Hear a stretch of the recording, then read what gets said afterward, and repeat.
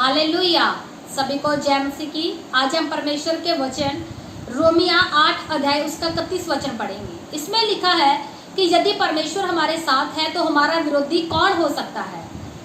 युद्ध क्षेत्र में विरोधी कितना प्रभावशाली और कितना शक्तिशाली है ये बात मायने नहीं रखती अगर परमेश्वर का फेवर हमारे साथ है।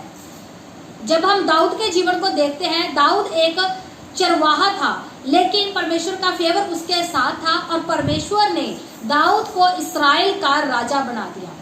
और जब हम इस अस्तर के जीवन को देखते हैं, अस्तर एक ऐसी लड़की है जिसका ना माता और ना पिता है, लेकिन परमेश्वर के फेवर के द्वारा उसने पटरानी होने की पदवी को प्राप्त किया। आज भी परमेश्वर इसी रीति से सबको ब्लेस करना चाहता है, क्योंकि परमेश्वर के वचन में लिखा है कि वह किसी को तुच्छ नहीं समझता। परमेश्वर की नजर में सभी बहुमूल्य है, लेकिन उसके फेवर को हमें समझना पड़ेगा, उसकी महत्ता को समझना पड़ेगा और परमेश्वर का फेवर कैसे काम करता है हमें उसको जानना होगा। जब हम मूसा के जीवन के बारे में देखते हैं, परमेश्वर ने मूसा को चुना कि वह फिरौन के हाथों से इजराइलियों को छुड़ा कर लेकर आए। और फिरौन एक राजा है, उसके पास बहुत अथॉरिटी है, फिरौन के पास बहुत सी सेना भी है। और दूसरी तरफ जो मूसा है वह एक नॉर्मल इंसान है, वह कोई योद्धा नहीं है, मूसा कोई फाइटर नहीं है। और परमेश्वर उसे बोल रहा है कि फिरौन के पास जा और लोगों को छुड़ा कर लेकर आ। और एक और बात पर गौर कीजिए कि मूसा का फिरौन के राजमहल में ही परवरिश हुई, उसके राजमहल में वो बड़ा हुआ और अब परमेश्वर उसे बोल रहा है कि उसके विरोध में खड़ा हो और लोगों को छुड़ा कर लेके आ। यह समय मूसा के लिए बहुत ही कठिन था, लेकिन मूसा लोगों को छुड़ाने में कामयाब हुआ, जिसके पीछे रीजन ये था कि परमेश्वर का फेवर उसके साथ था। परमेश्वर ने उसके द्वारा बड़े बड़े काम किए। मूसा के बोलने से वहां पर बहुत सी महामारियां आई, पानी जो था वो खून में तब्दील हो गया, यहाँ तक कि जब लाल समुद्र उनके सामने आया और मूसा ने जब समुद्र में लाठी लगाई तो पानी दीवारों में परिवर्तन हो गया। हालेलुया। और ये सुपर नेचुरल है। इससे हम क्या सीखते हैं कि परमेश्वर का फेवर हमें बचाने के लिए कुछ भी कर सकता है।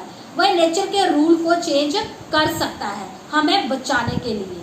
जब हम शद्रक, मेशक और अबदनगो को देखते हैं, जब उन्हें आग की भट्टी में फेंका गया तो आग का नेचर है भस्म करना, जला देना, लेकिन आग उन लोगों को जला नहीं सकी, क्योंकि राजा क्या देखता है, फेंके तो 3 लोग गए थे लेकिन दिखाई कितने आए, दिखाई 4 लोग आए।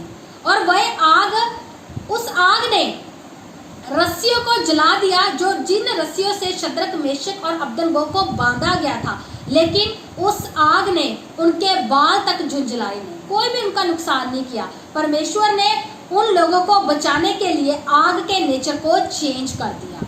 और जब हम दानियल के बारे में देखते हैं, जब दानियल को शेरों की गुफा में फेंका गया तो क्या हुआ, जो शेर थे उनका नेचर है खाना, वो एक मांसाहारी जीव है, लेकिन परमेश्वर ने दानियल को बचाने के लिए शेरों का मुंह बंद कर दिया और शेरों ने उस गुफा में दानियल को कोई भी नुकसान नहीं पहुंचाया। इसका कारण क्या था?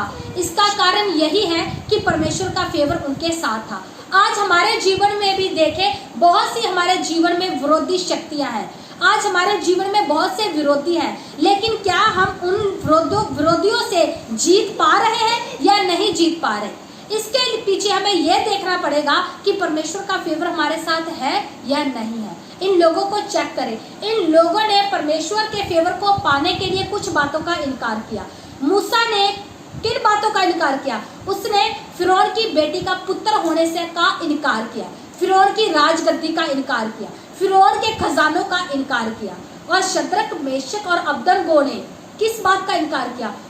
उसने मूर्ति के आगे झुकने का इनकार किया। दानियल ने क्या इनकार किया?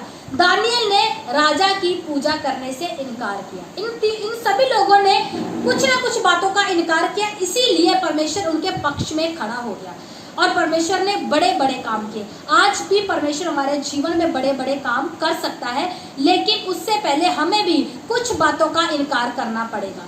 हमें भी अपनी लालसाओं का, अपनी अभिलाषाओं का इनकार करना पड़ेगा, हमें उन बातों का इनकार करना पड़ेगा जो परमेश्वर के वचन के उलट है, जो परमेश्वर के वचन के ऑपोजिट है। अगर हम भी रेडी हैं इनकार करने के लिए तो परमेश्वर भी रेडी है अपना फेवर देने के लिए। परमेश्वर हमें जीत देगा, परमेश्वर हमें जयवंत करेगा, विक्ट्री देगा, लेकिन तब जब हम भी परमेश्वर के वचन के साथ एग्री होंगे, हमारे डिसीजन जो स्ट्रांग होगी। सो इस बात पर फोकस कीजिए, अपने लालसाओं का इनकार करें और परमेश्वर के वचन को पूरा करने का ज़्यादा से ज़्यादा प्रयत्न करें। सो इस वचन से परमेश्वर आपको बरकत दे। सभी को जय मसीह की। God bless you all. Thank you so much.